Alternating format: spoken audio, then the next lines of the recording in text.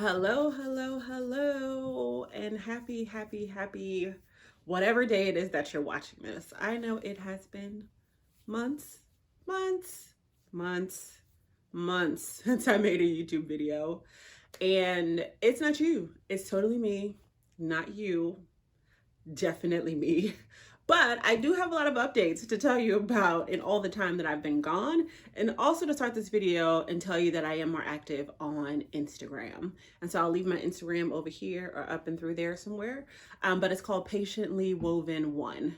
And a lot of times it's because I don't really have to edit anything there. All I got to do is shoot, and upload. That's it. Shoot and upload, quick and easy. So it does make for a more seamless, easy place to be.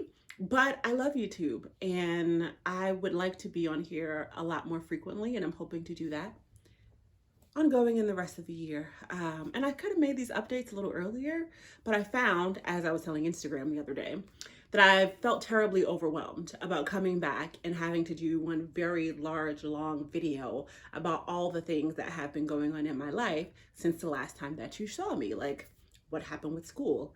Am I still doing sonography? How's my family? What am I doing personally? All the things.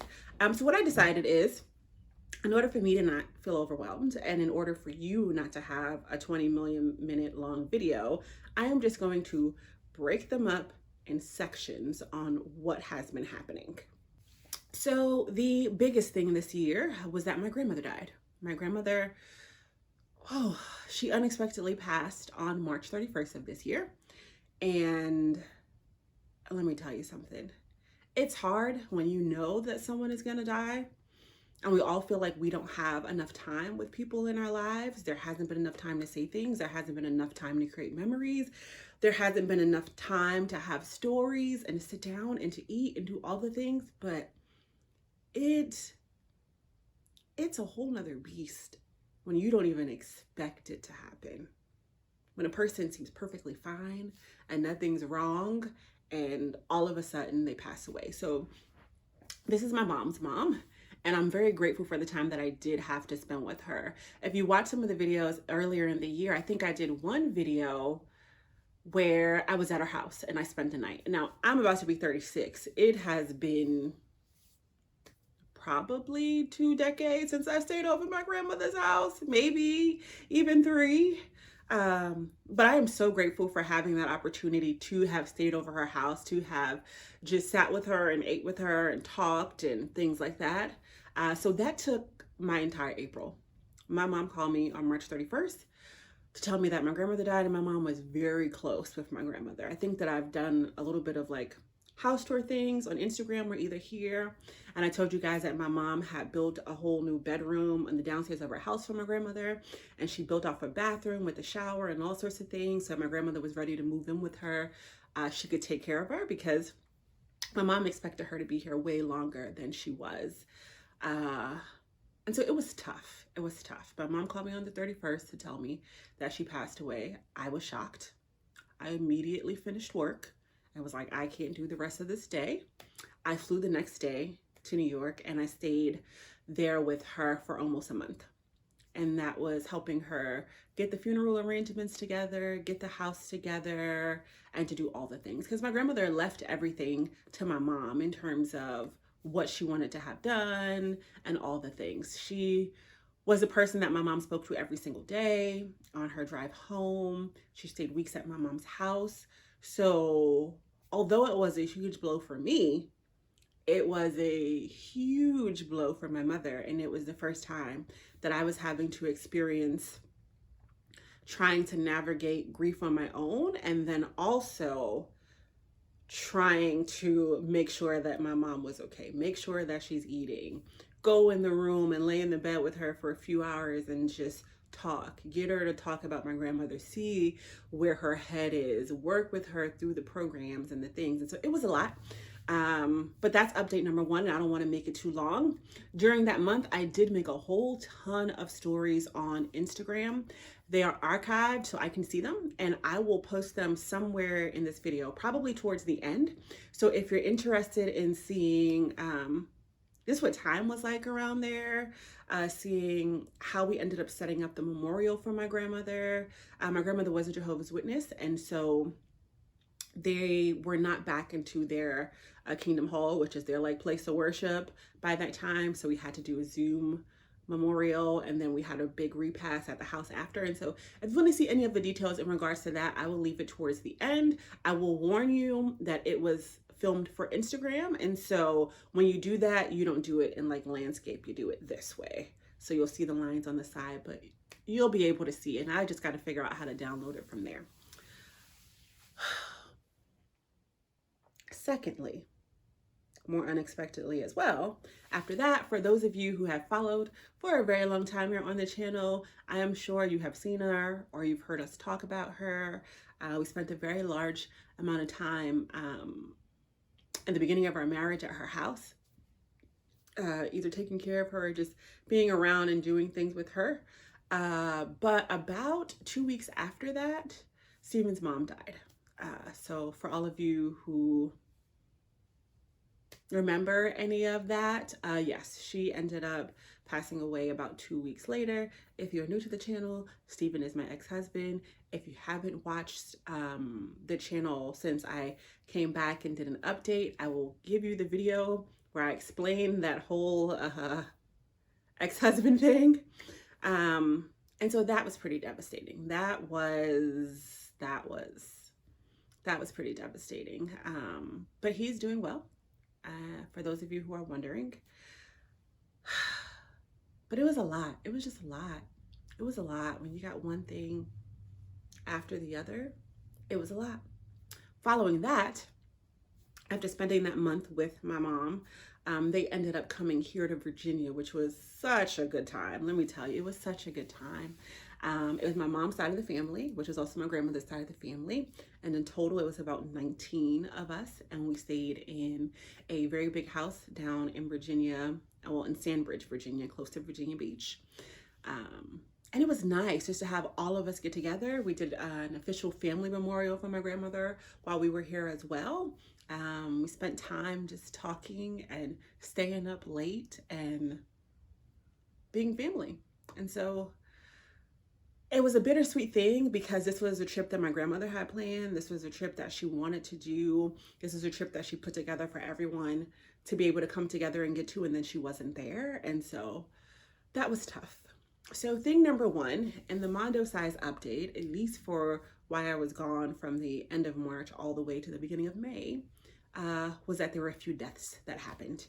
And that took from my time, and the only way that I was able to share at that time was the easier way, which was shooting here on the phone on Instagram. So anyway, I do have a few more updates. I do want to update you about school. I do want to give you a few life updates, but this is going to be the first of quite a few. So until next time, I will talk with you later. Take a moment now and picture the scene. Up ahead on the path are what seem to be children laughing at play, in a world free of the fears we once faced, and taking care of this beautiful earth are a people that live by our Father's words until the moon is no more. There is the peace we have been waiting for. We will feel His love under the rule of His Son in the new world to come.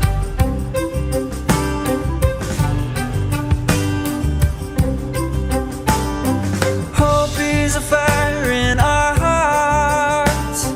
Hope is an anchor that holds us firm. Hope is a light that shines like the sun as we see ourselves there in the new world to come.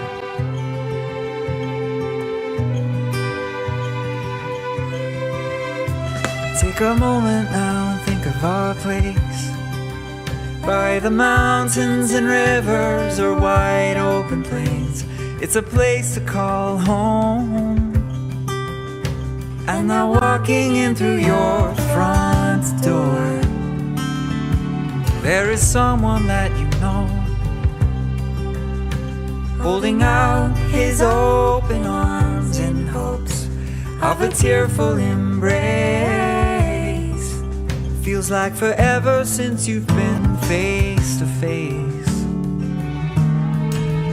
Even death won't stop our God's outstretched love in the new world to come.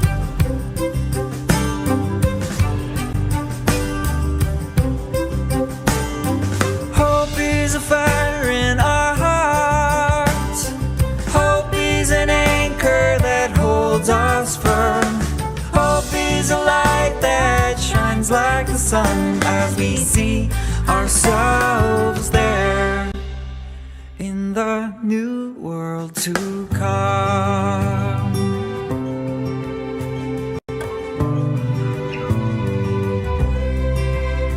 And every word from his mouth, every word from his mouth, will do all for which he sent it out. Jehovah's will for this earth, Jehovah's will for this earth, fulfilling every living thing's last wish.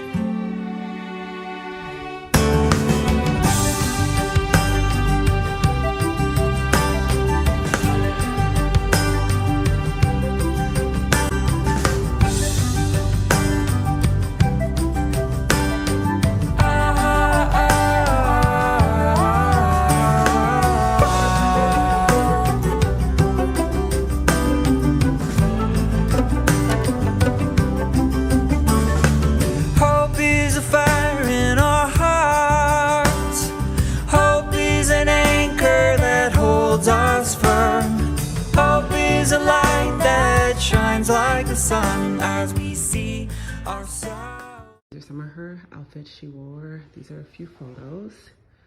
My grandmother was a teacher for over 20 years, and so we have just a little ode to her teaching. This was a painting that was in her house, a few pictures of her, pictures with her class. Of course, we have the St. Kitts and Nevis flag and thing here, and so that's kind of what you have just in the like foyer entryway area, because people are gonna come in through this door and then into that room I was showing the other day that we got set up.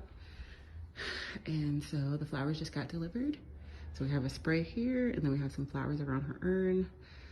The TV is playing the slideshow, the loop that I made for the memorial. Once people are here later, we're gonna light the fire.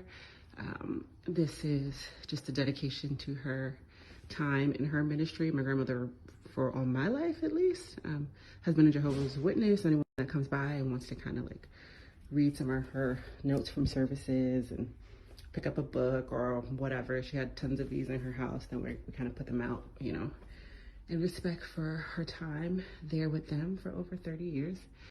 And we have some more photos here and there. And then these are her scarves that we put on the different